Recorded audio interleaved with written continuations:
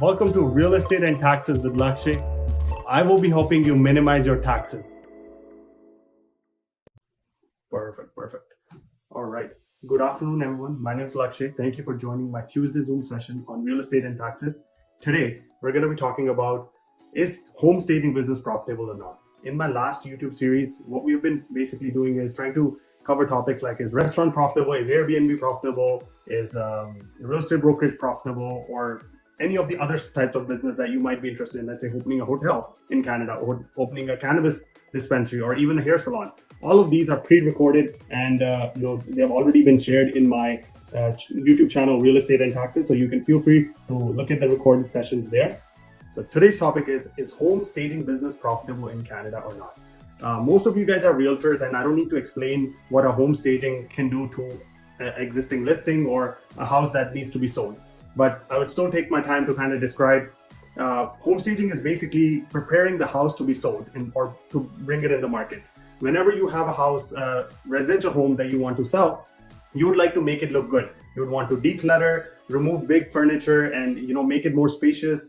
And maybe do some renovation in terms of painting the home, minor fixes in order to bring in a better sofa, accent chairs, such that, and remove any religious paintings to kind of whenever someone walks in, they can think that it is their home and it feels warm and cozy. So home staging basically helps bring out the best of the home and bring out the best value to anyone who wants to sell their home. So right now, you can do it yourself, which is DIY. You can rearrange furniture, clean and redecorate, or you can look into hiring a professional stager. I know SaveMax offers a very good staging platform where you can actually book your own stager. But professional stager basically can come in, remove the existing furniture, add new smaller furniture, fixtures, floral arrangements, paintings, and even declutter your house so that it gets the maximum potential or maximum value at the time of sale. So the goal is to make the home as appealing as possible to the potential buyers. What are some of the requirements of starting the staging business? Well, when I was researching, I found out that you don't need to have a home staging certification course done in order to be a home stager. So which is a good part, because a lot of people are wondering that, do I need to get some preliminary certification done in order to get into this business? Well, the answer is no. It does require significant, investment towards furniture and fixtures and all of these things. But when it comes to, any preliminary courses, there's no such requirement. You can open a federal corporation, build a website, get liability insurance, hire staff, and get started as soon as possible. Most of the time, people look into renting a warehouse storage unit to keep their inventory, maybe get a delivery van or a truck to move the staging furniture from one place to another.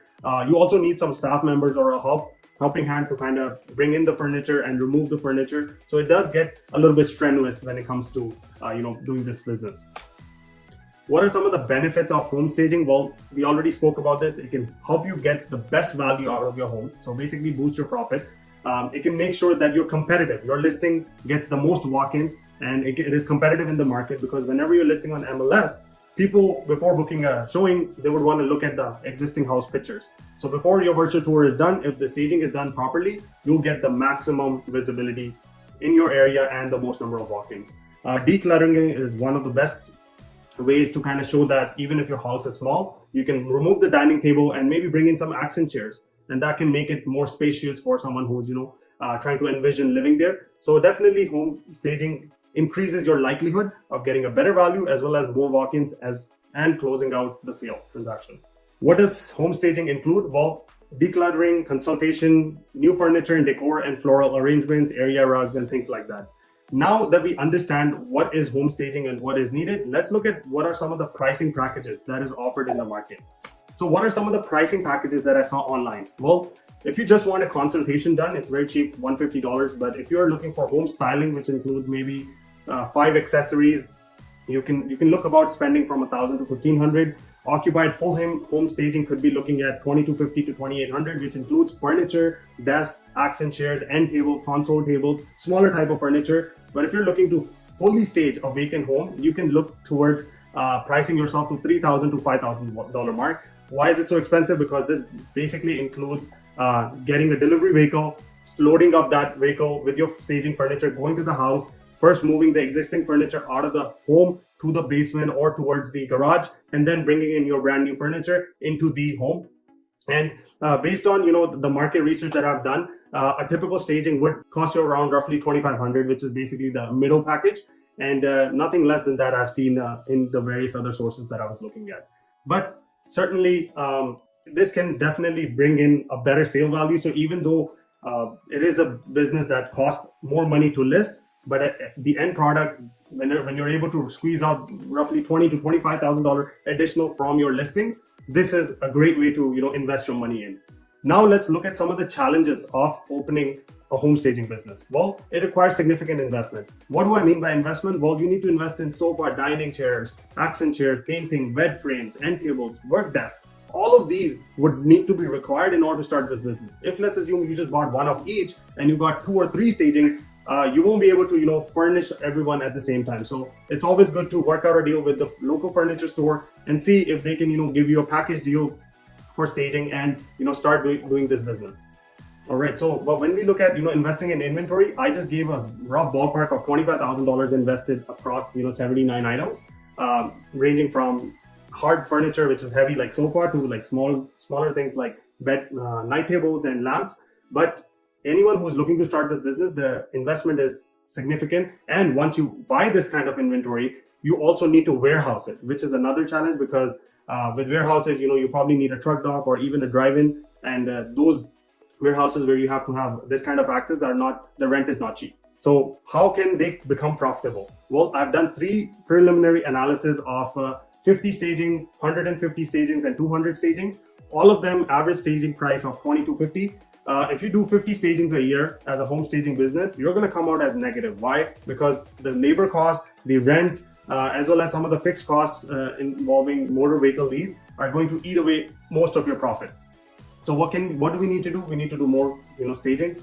At 150 staging mark, at $22.50 per staging, you're collecting roughly $337,000. After you write off all the labor costs, which is very expensive, hiring 3 full-time employees that can technically drive the vehicle from one place to another, as well as signboards, website costs, marketing costs. All of these are some of the bigger piece of the chunks, and I think one of the bigger ones is actually the rent, the storage cost, which is $60,000 over here. So these are some of the things that are fixed costs that cannot be controlled. So in order to come out as a positive and really a winner with $120,000 of walkaway profit, you would need to do roughly 200 stagings, which works out to roughly 4 stagings a week. It's 52 weeks, right? Similarly, if you do 150 staging, you're only walking away. You're basically just breaking even at this point. So what are my suggestions? How can you actually walk away with a more profit in your hands? Well, I suggest basically partnering up with a local furniture store. When you partner up with a local furniture store, you're able to bring out your basically fixed costs down by a lot. What do I mean by that? Let's assume you partner up with a local store. You don't need to get an outside warehouse to store your big furniture. You don't need to hire a moving truck. You can just pay them an equipment rental and a moving charge to bring in the furniture that they already have that is not being sold or that is basically sitting in the inventory, taking up space. You don't need to hire labor because they can basically send in their people, of course, at a cost to your staging and basically do the work. And then after the house is sold, they can also de-stage. So if we look at the fixed cost of motor vehicle, renting a storage unit, and buying significant amount of inventory in order to start this business, partnering with a existing person that is already having a full-fledged furniture store would really, really help you come out. What do I mean by this? Well, let's look at some of the numbers. In this scenario, I zeroed out all of the costs that if we were to partner up with someone, we don't have to bear. There's no fuel cost because they're technically, charging us rent for the delivery and, sending in their own workers. So there's no labor cost. You're basically yourself managing this. There's no liability insurance for that labor whenever you're, doing the work. There's no moving truck or vehicle lease that you need to sign up for. You can simply it's on call. So as you have the booking, you can basically call them, have them come in and, do the staging and walk away after. So most of the fixed costs, that is big ticket items, even the managing of inventory is taken away by the furniture partner that you can work with. In this scenario, you only have to do 50 stagings and you can still walk away with profit because your total expenses is roughly $34,000, which includes, website costs, utilities, signboards and things like that. I still included a little bit of a warehousing cost, which you can get, let's say, a storage unit for $150 if you want to invest in minor items like paintings and things that might not be available at a furniture store. But if you want to walk away with a ton of profit, this is a great way of operating a staging business. No commitments, no investment, no requirement of hiring expensive labor, managing the turnover. This can really, simplify your business, as well as all that's left to do for you is onboard and do marketing, onboard the clients, as well as sell them the staging packages that you have. Some of the challenges that I have noticed is if you were to do everything yourself is demurrage. Whenever you're moving furniture from one place to another, furniture tend to break, and that kind of adds to the cost. Even the staging business, just like real estate, it is not cyclical, right? You might have a couple of listings in 1 month and then no listings for 2 months, right? But you still have to pay for the warehouse rental and even your labor expenses on a month-to-month basis. So infrequent nature of this business makes it a little bit more challenging.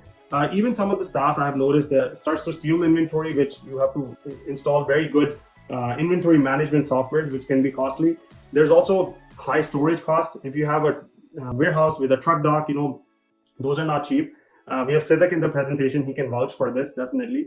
And we have inventory always running short. If you have 3 listings and you don't have maybe 3 area rugs, you might have to continuously invest in inventory where you're buying area rug. And sometimes you're missing dining tables. And then if you have dining tables, sometimes you're missing sofas. So it's constantly reinvesting in the business, which makes it challenging, makes it costly, and almost like impossible for a newcomer who has just migrated to Canada to operate this business. So very high cost of setup, very high cost of operating. So if you were in my shoes, or if I'm in your shoes, I would technically focus on partnering up with a local furniture store and operating the business, because you simply just need to do 50 stagings to come out as a winner in this one. That kind of wraps up today's presentation. Fairly quick, fairly short. Thank you very much for joining in. If you somehow missed this presentation, you can check out my YouTube channel, Real Estate and Taxes with Lakshay. There'll be a recording posted there as well. So, thanks again for everyone for joining in. Really appreciate your time. We're going to be doing another session next Tuesday, a brand new topic. So hope to see you guys there as well. Thank you.